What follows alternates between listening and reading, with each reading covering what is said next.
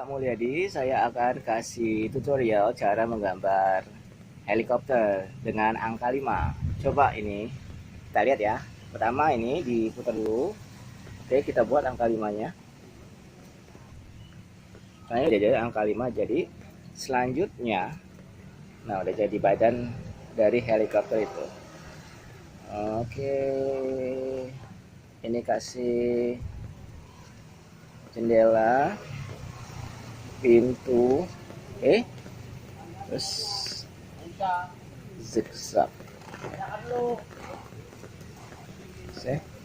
terus ini aja ya.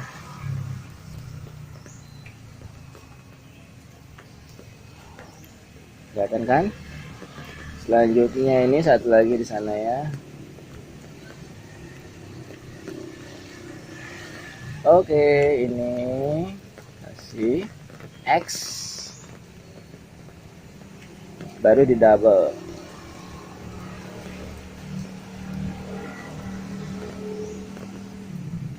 And this is helicopter. Oke, selamat mencoba.